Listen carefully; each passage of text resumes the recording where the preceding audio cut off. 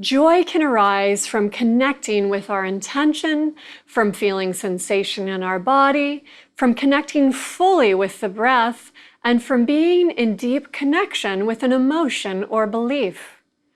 Tension and conflict occur when we lose connection with ourselves, other people, and even nature.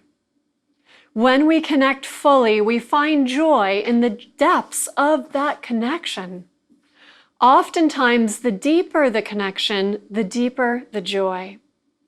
I've personally experienced many moments of life where even in the midst of a very challenging experience, joy was present.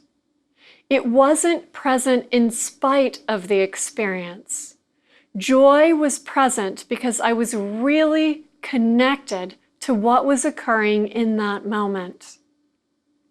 This realization can give us a tremendous amount of freedom as we navigate challenging experiences. Really, the entire iRest practice is an opportunity to cultivate connection with ourselves and the world. And what's the result of this connection? It's joy. Joy is our natural state of being when we're connected and present.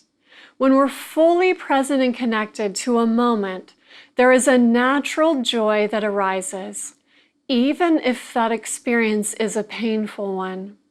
That's oftentimes why people will say that something that felt like the most painful of their experience of their life became a very meaningful or powerful one. Joy can arise just from being connected to an experience as it happens, from opening up and welcoming sounds, smells, tastes, touch, and sight.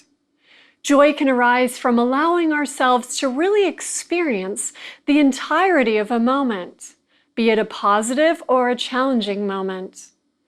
We suffer when we disconnect. We find harmony when we connect completely.